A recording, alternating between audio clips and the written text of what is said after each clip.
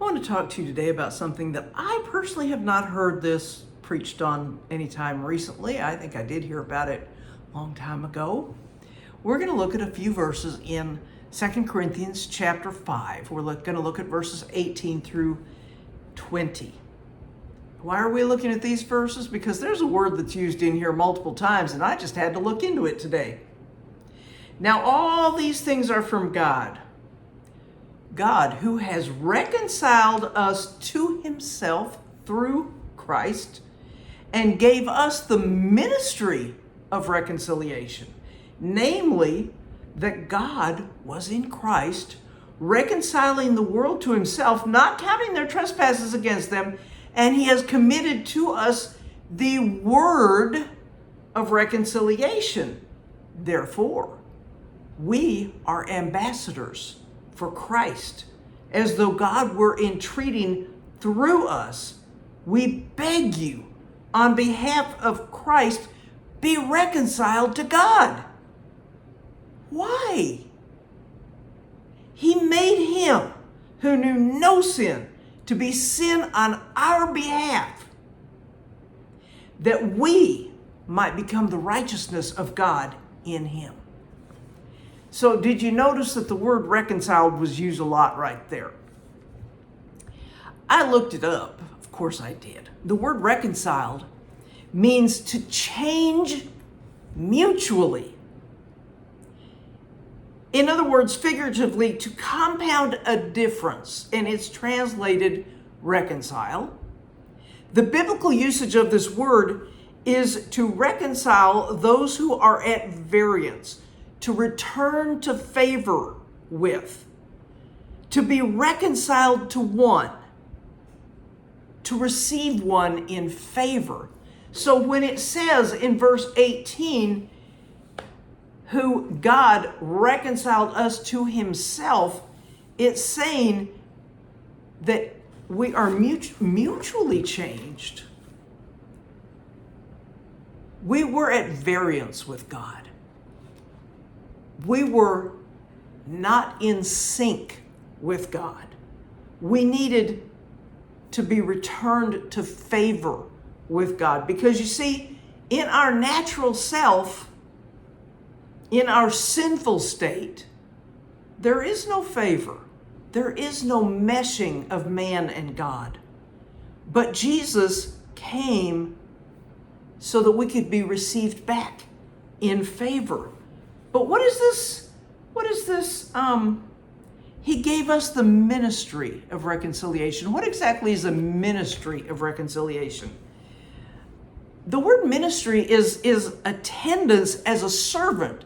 Now, I see this as like back in biblical days, maybe a slave who is standing behind their master, just waiting to minister to their master.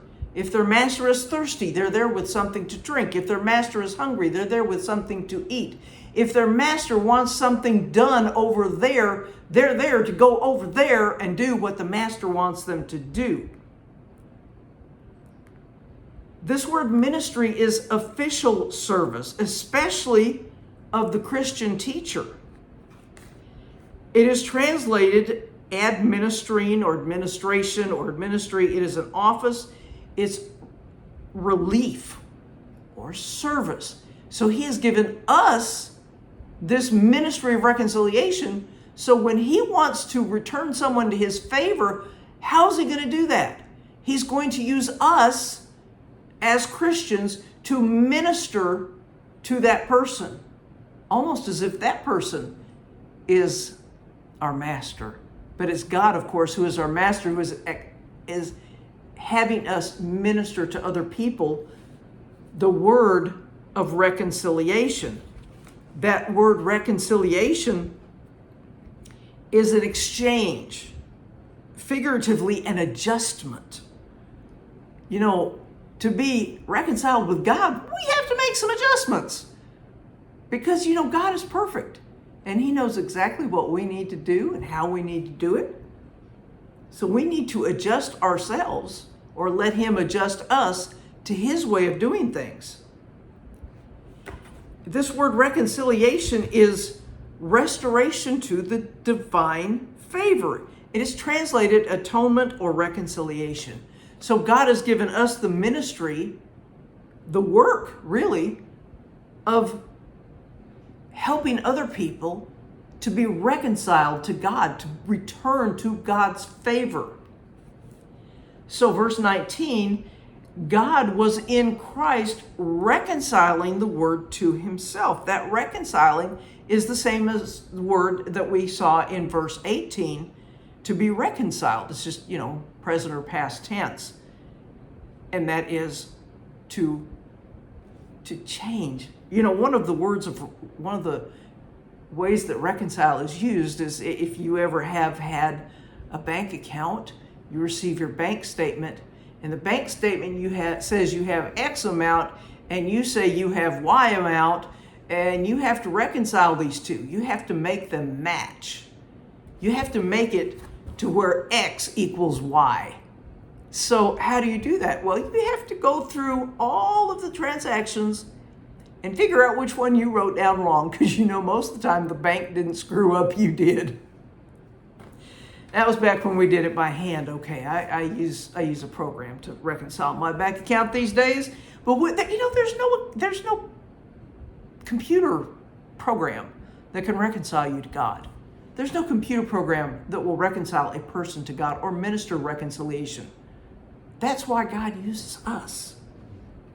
So, what does it say here?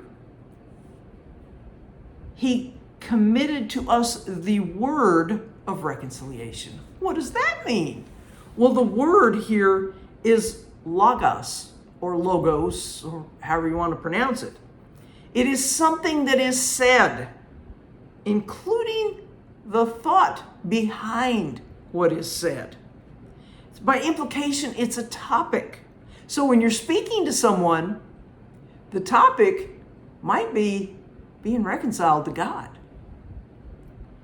It's also reasoning or motive.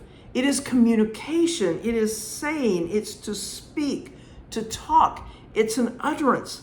So when he gives us the word of reconciliation, you may think, well, when I go out and I talk to people, I don't have the words to say to talk to people about God. I don't know how to witness to people. That's where this comes in. He gives us the word of reconciliation, the words to speak when we need to talk to people about how to become back in favor with God. He gives us the words. You don't have to worry about having the words to say to witness to somebody. When the time comes, he will give you the words that you need to speak to talk to somebody about Jesus, about being reconciled to God, about receiving forgiveness for their sins. Because he made him, Jesus, who knew no sin, to be sin on our behalf, that we might become the righteousness of God in him. So for people to become the righteousness of God in Jesus, they have to hear the word. Somebody has to tell them. They have to minister it to them. Because people on their own, most people are not going to pick up a Bible and just read it just because it's there. And if they did read it just because it's there, they probably wouldn't understand it, because it's foolishness to those who don't know God. That's why God needs us to talk to people, to tell them about Jesus, to tell them how they can be returned to favor with God. And he wants to use you to do it. Thank you for watching today. I appreciate it. I would love it if you would like, follow, share, subscribe, leave a comment. Let me know what you think of my different camera angle today, whether you like it or you like it the other way that I usually do it. Yeah, I'll talk to you again soon.